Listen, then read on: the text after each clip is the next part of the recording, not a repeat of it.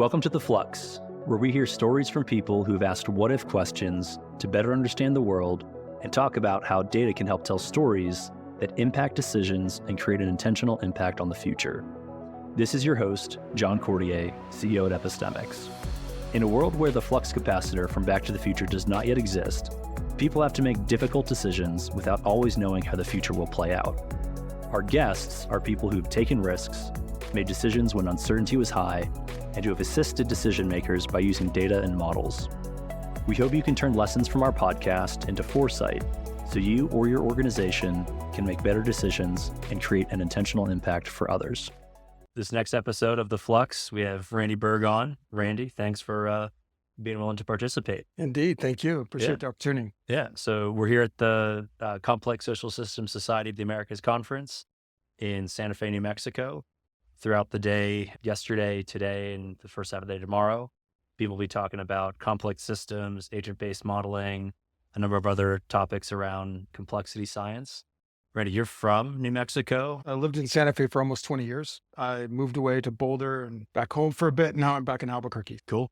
And some point in that 20-year journey, you got engaged in complex system, agent-based modeling, complexity science. My entry to it all is through economic development, actually, technology-based economic development. And I was associated with the Santa Fe Institute. It's one of those treasures we have in the state that is world-class. It's probably the leading complexity science institute in the world. Mm-hmm. And so we have these great people moving through here. And part of them, one of them, Chris Langton, helped develop the Swarm Development Group to create open source software to help do agent-based model. In some ways, it led to a lot of other things. And I've attended the CSS several times back 20 years ago, probably. Mm-hmm. So it's good to be back and in the CSS conversation. That stands for Complexity Social Science. Yep. Yeah. Yep. Yes. I'm glad to be back in the fold. Yeah. Great. So when you were doing some of the New Mexico economic development sided stuff, how many times around did any complex models or modeling and policy making come into play there? And how have you seen the ability, and we were talking last night, this vision of how do we enable, whether it's Albuquerque or Santa Fe, a combination of both, to become a hub for businesses that are interested in complex systems and complexity science, connected to the national labs, connected to Santa Fe Institute, and this building ecosystem. I know you had some pretty cool ideas about how to make that happen. Going a little bit deep into the economic development model, one of the things New Mexico lacks in certain ways is industrial R&D, research and development. And the problem is a lot of the research and development, R&D stuff happens in other states, other places, because it's well established. It's tough to move people here.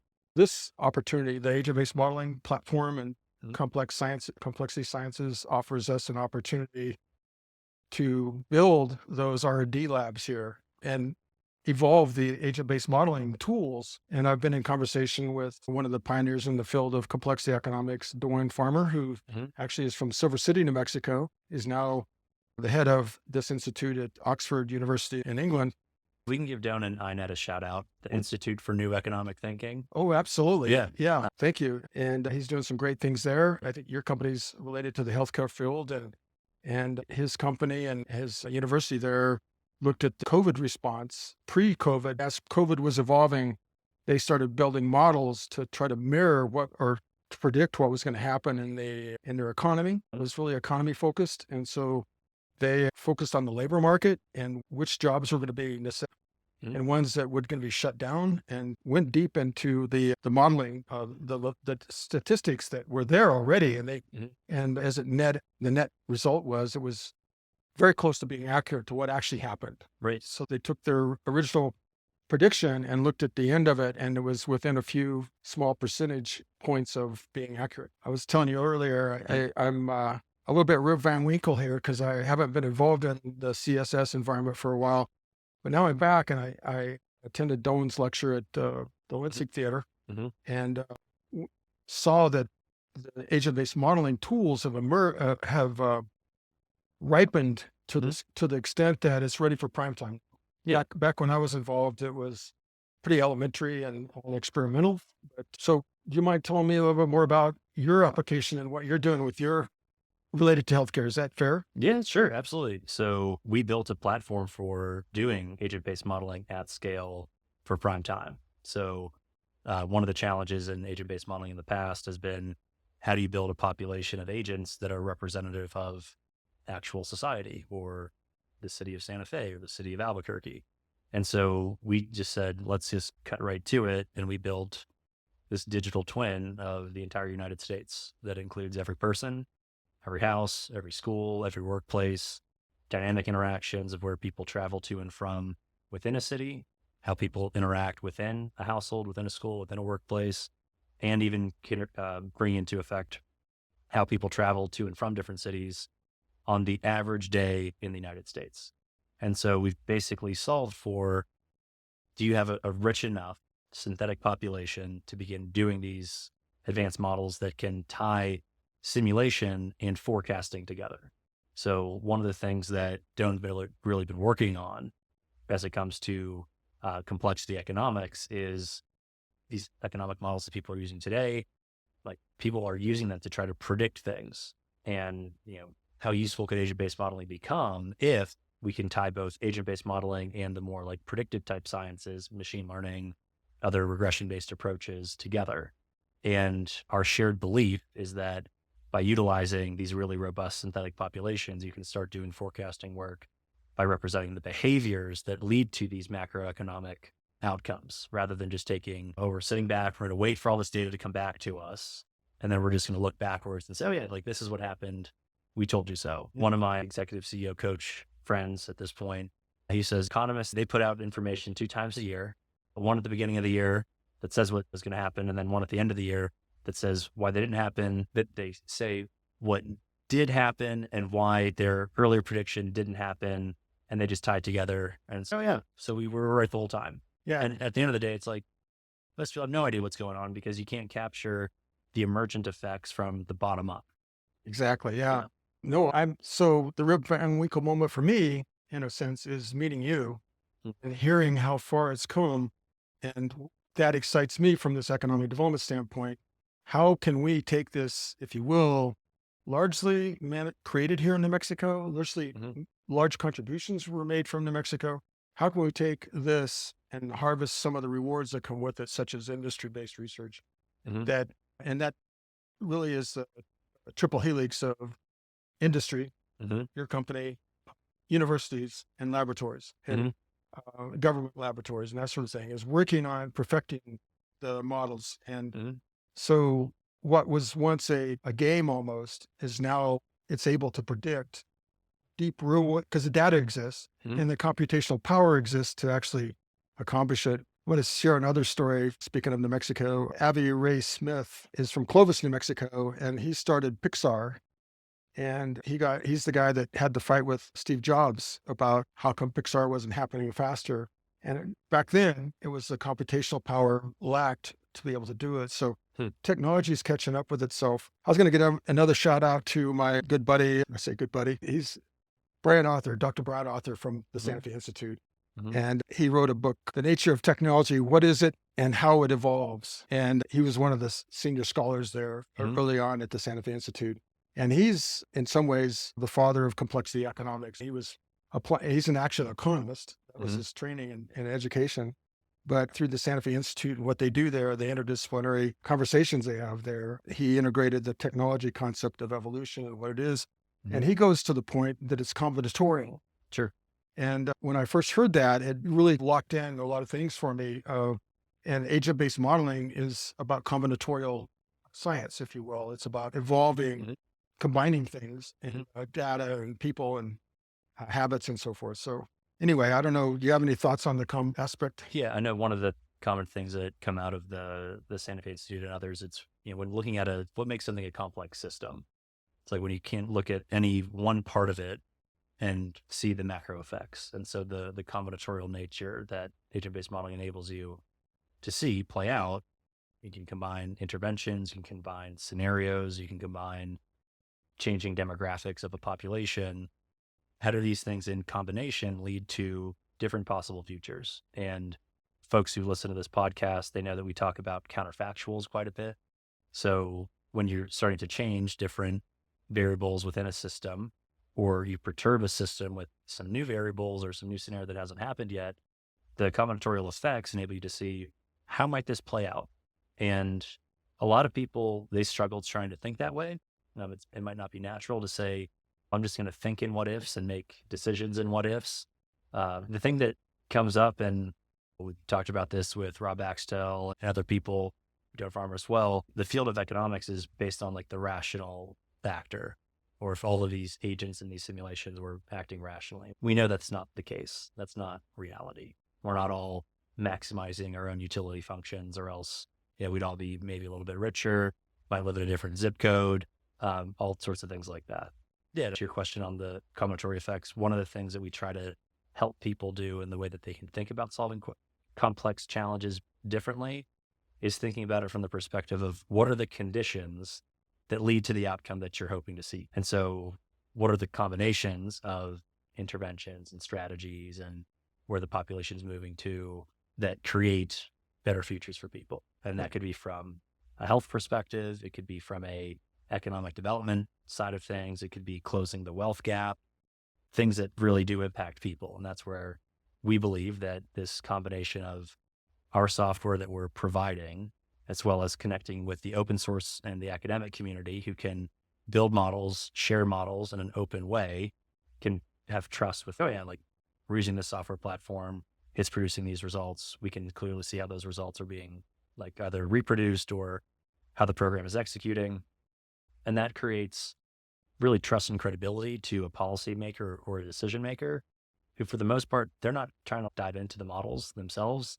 They just want to know this helps us make a better decision. We understand the future trajectory of this decision. Things are going to change. See, That's what we get into. yeah, that sort of application really does fit into this industrial research and development, if you will. Industry may be the wrong word to use for this kind of computer science kind of work, but it provides an environment to grow these talents.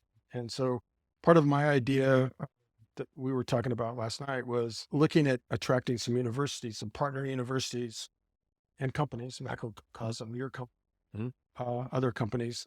Macrocosm is a company Dawn has formed in the UK. And I've had a conversation with him about trying to nudge him into doing something back home here in Mexico. He's not opposed to it, so we'll see where that goes. But some of the core parts of that R&D environment and get them put in place here. And you can imagine that the world could come to us, different policymakers around the world could look at what we're doing here as something they can add to their portfolio of solution sets. That's my real goal, is to see that kind of thing happen, but have it happen here. Often these ideas are formed here through the brilliant minds we have here. There's an often, from an economic development standpoint, New Mexico claims or demonstrates that we have the highest concentration of PhDs in the country per capita. And that's true, but we need to build on top of that. And this is a way to do that. Sure. And so, but back to the idea was looking at how we can get some universities to partner with our universities, build that labor force, talented people who can stay here or take their tools and trades elsewhere. But it's also a net attractor to people from around the world to come here and explore these opportunities. So you mentioned the parts of the ecosystem that create the conditions for a thriving New Mexico, built around more of like the technologies that can come out of the national labs and Santa Fe Institute and others. Not to be critical, but what we do in New Mexico a lot of times is we look at the labs as the spring of technologies, and a lot of them are 20, 30 years ahead of their time for actually, and I can cite numbers of examples.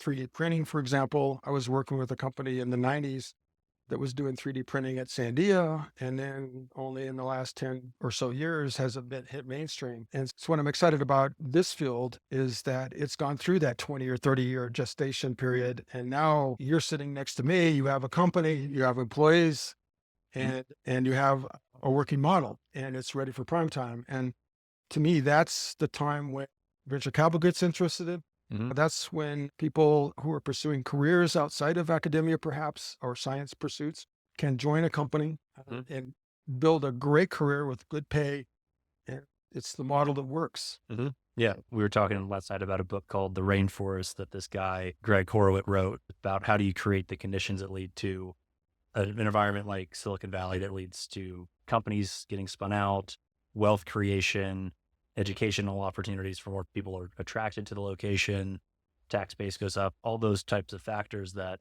lead to a thriving ecosystem. And it's having each of these layers of the ecosystem in place, which again, go back to these things would create the conditions that would enable more companies to emerge out of that ecosystem. Yeah, I spent the last few weeks sitting in the New Mexico legislative interim committees that they hold outside of the sessions to talk about the issues and opportunities and that sort of thing. Mhm. And there's people from all over the state represented in those committees. And I could envision, and of course, they're in the policy side of things, and they're setting policy, making decisions on which policies get funded, which ones don't, and that sort of thing.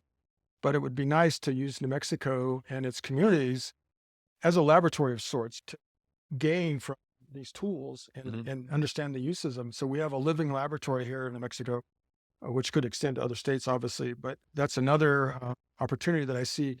Time is right to pull these things together, and but having the Santa Fe Institute, the labs, the universities, and this long history of advanced technologies here, I think it's time we harvested some of our own and actually grew it here. And there's a few other opportunities that are happening as well, but related to those other industries. But Sure. One of the things that comes up related to New Mexico, a lot of the state's revenue comes from the energy sector. right. And with the kind of green revolution coming, is there a way to look at workforce development connected to some of these newer technologies, a lot of which were developed in and around the national labs? So what you're telling me is your tool is ready to help us with some of these problems. Yeah, absolutely. Then that's some of where the collaboration between what Doan Farmer's interested in Yeah. working with us on. They can do a lot of the economic modeling, workforce type modeling, using these synthetic populations that we've been able to create Oh, I see. to try Yeah. to. Oh, yeah. It's The- a good match, The good ecosystem, combination. the ecosystem comes together. Let's see. On the economic development front, there's the industry R&D is one of them. Hmm. The college collaboration, Mhm. we named a few. I don't know if I should name them now, but that are have deep investments in this field. Hmm. Go ahead and why don't you mention the ones that you would mention? Yeah. Some of the top groups that we get to collaborate with, definitely groups out of Carnegie Mellon, groups out of University of Michigan, University of Vermont, MIT.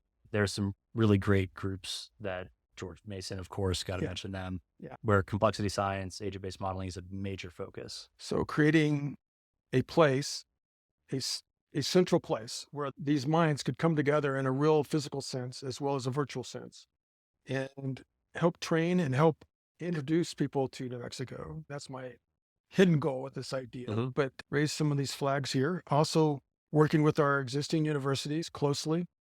One of the attendees here, Chris, is former city councilor in Santa Fe, but he's also a lecturer at UNM, professor at UNM, Mhm. and talking about complexity science and that sort of thing. So we have those partnerships already established. We just need to build on them. Right. I think we have a few places we could stand up such a place where these minds can come together. Santa Fe Institute does it all the time, but the people come and they go back home. We want people actually to come and visit, but we want them to stay, some of them to stay here and create Sure. that core that takes us to a new level. Yeah, and you mentioned at a certain inflection point, venture capital and other investors get interested in that. We're the benefit of some of the early stage venture capital groups in New Mexico making a bet on epistemics to, like, one, bring this technology to life, but also bring this technology to life in the state. And so that's another cool thing. Made a couple of connections for you, so you get plugged in across that ecosystem. Yeah. Like I said, it's a little bit Rip Van Winkle for me. I led a number of organizations in those genres years ago now, one called Coronado Ventures Forum. I was chairman of it for a few years, and I was able to get the venture capital community involved in it. I called it the Entrepreneur Wine Club, Okay. which was a lot of whining. And one of the wines was, we don't have any capital here. Sure. And so I and others helped attract the venture capitalists to the board and organization. We also got the State Investment Council on the board, which was a coup. The state investment grew to actually make investments in venture capital funds that help fund New Mexico ideas. And it's still underway and it's still a very effective tool. And I'm sitting next to you as a result of those tools. So it's nice to see. Yeah. You popped in last night Steve Guerin, Santa Fe local, said, "Hey, come over there. There's a dinner. The site is getting together." I don't know if you want to mention any of the work that you and Steve have done in the past together, or anything that Steve's into now that excites you about where this field is going. Well, and Steve will have to speak for himself on exactly how agent-based modeling fits into his world and his tools. But his company, SimTable, has integrated technology into the rather arcane science of managing forest fires and wildfires and advising fire response teams across the country, around the world, about how to predict and prepare for changes. They bring in live data from the weather, winds, terrain information, the types of trees in Hmm. the forest, the type of grasslands, whatever. They're able to integrate those in real time. And in some ways, and again, I don't know exactly how agent-based modeling fits into all that, but it's a way to illustrate power that preparedness can have for solving real-world, fast-moving fires Hmm. problems. But Steve and I go back years. I was helpful in getting an organization he stood up called the Santa Fe Complex. It was early version of what we're talking about, trying to move forward again, Hmm. bringing these outside resources to bear on our opportunity. And unfortunately, it was a co-working space before co-working. Co-working wasn't even a term at that point. And but we were doing that here in Santa Fe around this complexity science field. And we did it for 4 or 5 years, and it was very powerful. But then certainly COVID came along a little bit later, but it would have killed it to begin with. It really took out the co-working spaces in a lot of respects. So the remote workforce world has changed. You've taken advantage of that. Yeah, we have people on our team all across the country. A couple of folks on our team are based out of London, and yeah, we found a way to make it work. Yeah, having an address in New Mexico is essential as far as my game plan goes. It's having a presence, having a flag here of some sort, letting the world know. Speaking of Coronado of Interest Forum, it was created by two MIT grads who were PhDs living in New Mexico. That I was Mhm. just telling you about that PhD pool, and they started it and they based it on the MIT Enterprise Forum. Are you Sure. familiar with that? I am, yeah. Yep. Unfortunately, I just found out it went away. Mm. They shut it down, to my great chagrin, because I was going to. But anyway, when I was the chair of the Coronado of Interest Forum, knowing that it had MIT roots and they were forming it after modeling and after Mhm. that organization, and MIT Enterprise Forum was a network of probably 19 different chapters around the country and around the world, actually. Most of them were probably overseas even. But basically, it was that Coronado of Interest model of entrepreneurs and investors getting together and talking and learning and growing. And so I was trying to change our name from Coronado of Interest Forum to the MIT Enterprise Forum. And Okay. I had conversations with MIT, and it was actually one out of their alumni association, interesting enough. I don't know if you knew Mm. that. Mhm. Interesting way to keep your grads entertained or engaged. Mhm. And the story there is, and I've heard this, I haven't verified it lately at least, that if you took all the MIT entrepreneurs who've succeeded over the course of many decades, it would be the sixth largest economy in the world. Uh, Have you heard that? Whether it's MIT and Stanford or one or the other, yeah. It's substantial. Mhm. Yeah, it's substantial. Another book that really influenced me was Regional Advantage: Culture and Competition Between Route 128 and Silicon Valley. Okay. I don't know anything It's about it's this. an Yeah. older book. It was in the 90s. Again, Rip Van Winkle. But basically, and the woman, actually, Annalise Saxenian, who's the professor at University of California, Berkeley, that wrote the book, she's from Boston. She Okay. grew up in Boston. She went to school in Boston. She knows Boston, and she knows the East Mhm. Coast, and she knows the culture there. Sure. And if you think about it, venture capital started there in Boston. The merchants and the marine, the shipmaking, and all the industry, the shoes, Mhm. all the industrial might that they had there. Venture capital actually started there, but they also had a very strict culture, culture that you were limited in a way. What was that Matt Damon movie where he's the janitor? Good Will Hunting? Yeah, Good Will Hunting. Mhm. His dad was a janitor or a plumber or whatever, so he Mhm. was going to be that. He couldn't be any more, but yet he was solving this guy's equations Right. at night, and so that was an illustrative of that culture. Is that you knew your place and you Mhm. didn't try to bust any barriers, and so a lot of people didn't.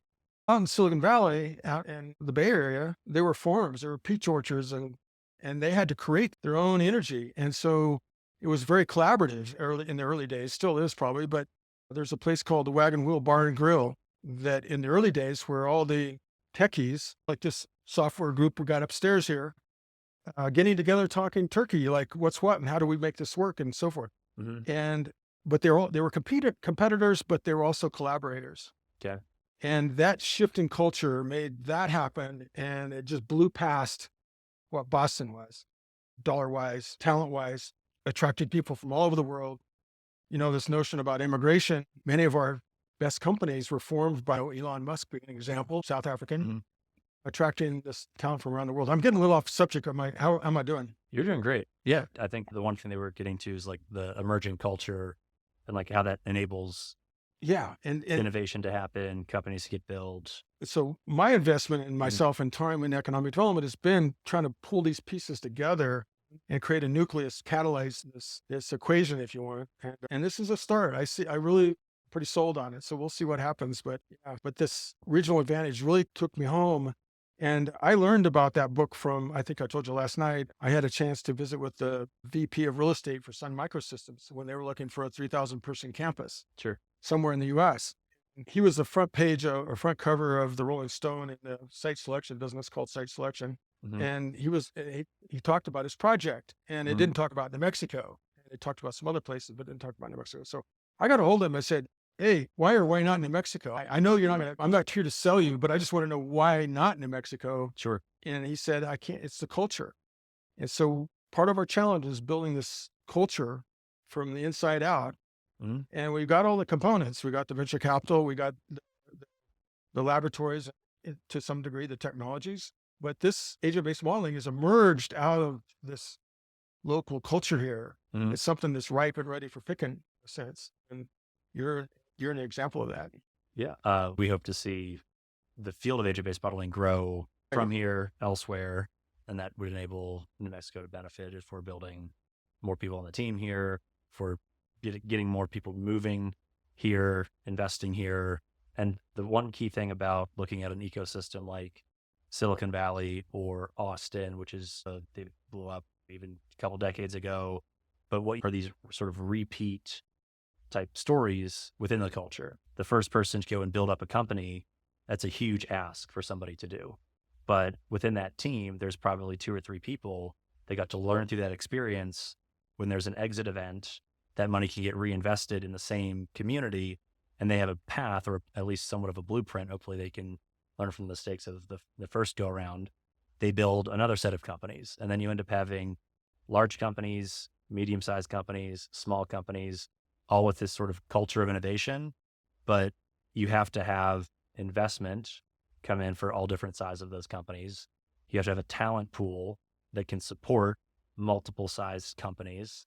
And so that's a critical thing as you're thinking about building more of an ecosystem of startups, larger companies, other industries staying here in New Mexico. I have a good case in point, and it ties into the industry R&D I was talking about. Mhm. Back in the mid 70s, there was an earthquake in the Silicon Valley, and Intel was just getting going. They'd been a 3 or 4-year-old company making chips, and it's a very sensitive process, ever more so sensitive process. The stability in a plant has to be absolute. So they had an earthquake, and they looked at each other and said, "We got to do something different here, or we're going to be out of business. If we have an earthquake and we build up all of our resources here, we're out of business.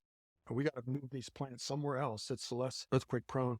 And so the first plant that they moved, or the first decision, they put a plant in Hillsboro, Oregon, outside of Portland. And that was in 76, I believe, to get out. And basically, I talked to the site selection consultant that worked on that project. He said they drew a circle around the Bay Area and said it's 600 miles. And so Portland fell into that. Hmm. And then they built it. It was rocking. And they also moved their R&D there, though.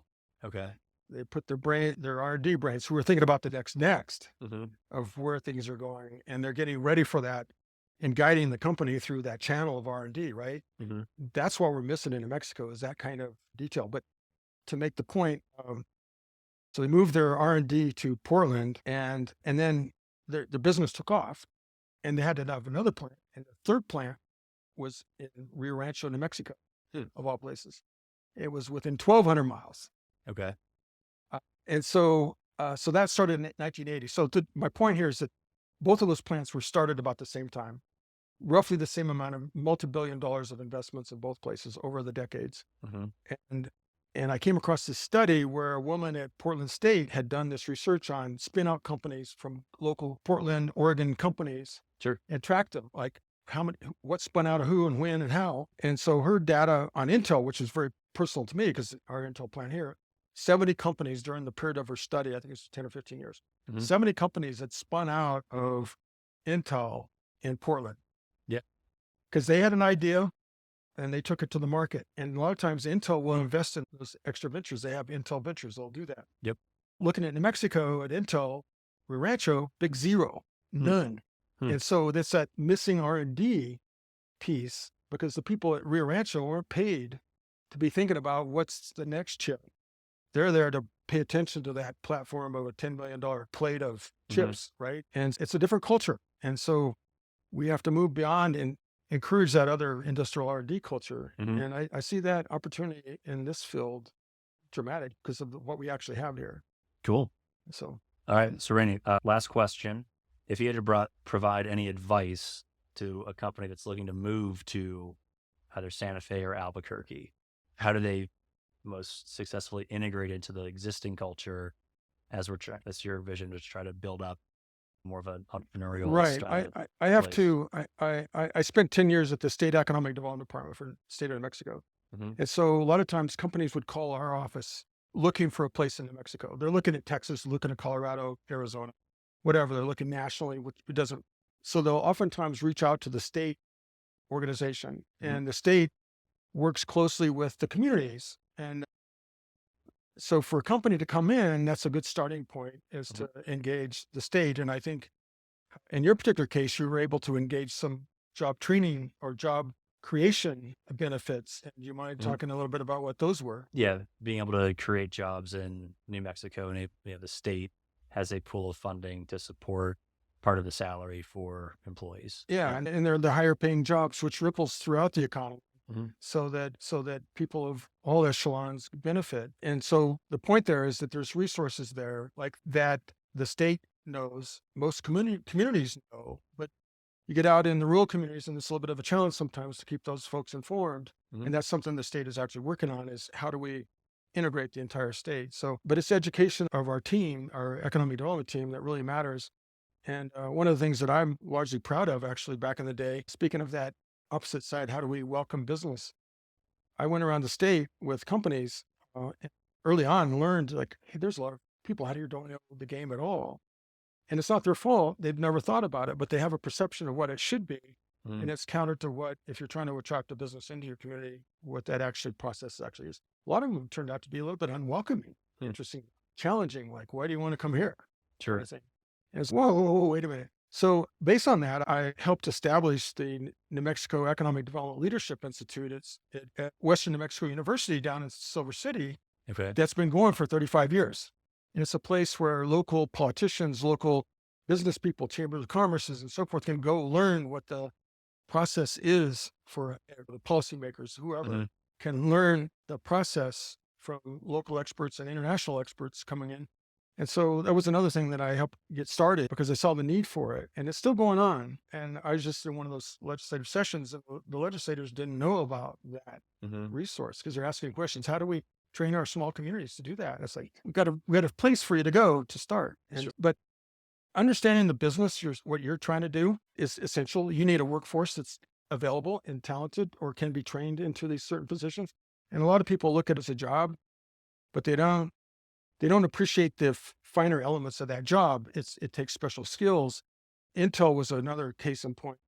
You don't mind me keeping rolling. Randy, this is important. Yeah. So Intel later on, so this, you heard earlier Intel, now Intel's big global and they have a big plant in Chandler now, which usually gets a lot more of the equal action to Rio Rancho. I'll call it that. I don't know what the balance is, but they're making big investments in Chandler, Arizona. And we were up against, I think it was a $3 or $4 billion investment they were going to make. And we have certain advantages here that helps industrial revenue bonds and things like that help companies. And that's why Intel was one of the big reasons why they came here. But this time it was like the fourth or fifth fab expansion, maybe sixth or seventh. And so they'd tapped out the Albuquerque labor market, but we had 100,000 people. I don't know what it was, 50,000 people on unemployed list. So you think, oh my God, there's got to be people. But there were special skill sets that Sure. needed to be. And so they had already tapped out and they were thinking, so I was here in the halls, it was like, hey, we're going to lose Intel to Chandler because we can't get the workers. But you talk to the local policymakers and folks, they don't understand that those companies know, they dig deep and understand their human resources and figures out how many of those available workers can actually work in my plant. Right. And so what happened was we have 20 community colleges around the state and they're all over the place. They're in rural communities. And so I called up my friend Jim Henderson, president of San Juan College up in Farmington, New Mexico, up in the far west, northwest part of the state. I said, hey, Jim, get down here and talk to Intel. And you and your team of college presidents put together a plan. Intel will give you the equipment and you set up this statewide training program for community colleges. And so they did. 7 centers were training these kids from rural New Mexico to get a $60,000 a year job with a 2-year. This is when $60,000 was $60,000 a day. It was $60,000 20 years ago, 15 years ago, whatever it was. I was probably 20, actually, maybe even more. But $60,000 with a 2-year degree, and they could stay at Intel Rio Rancho, or they could go anywhere in the world. And so it was a pathway, and that's the kind of thinking. I guess from bringing up these stories is that's the kind of thinking we need to have when we look at this opportunity here. What kind of, we need to understand the labor market that you're looking for. We need to understand it intimately. We need to be able to identify, maybe use agent-based modeling to do that somehow, possibly, and figure out what are our universities teaching now? What are our high schools teaching now? What are the pathways to train people into these new agent-based modeling professions? And we have some of the national experts upstairs here, the practitioners, doing this now. And so it's adding to that mix. Does that answer the question? I went long-winded on it. Right. It answers the question and more. I think having you on, it's been great. And I think it's really special that you are part of this ecosystem in New Mexico. In the book that the Rainforest that Greg wrote, there are some species that have to be able to connect others in any sort of ecosystem to enable it to thrive. And the way that you've been able to talk about all these different parts of the education side coming in, the larger industry coming in, it's really fortunate that you've been that ecosystem connector, or connector within the ecosystem, I should say, across the state. So I'm glad we got to meet. Yeah, likewise. Absolutely. And hopefully there's more flourishing for the ecosystem. And when this goes live, we'll make sure people have a good way of getting in touch with you to further some of these ideas, put them into action. Oh, absolutely. I appreciate the opportunity.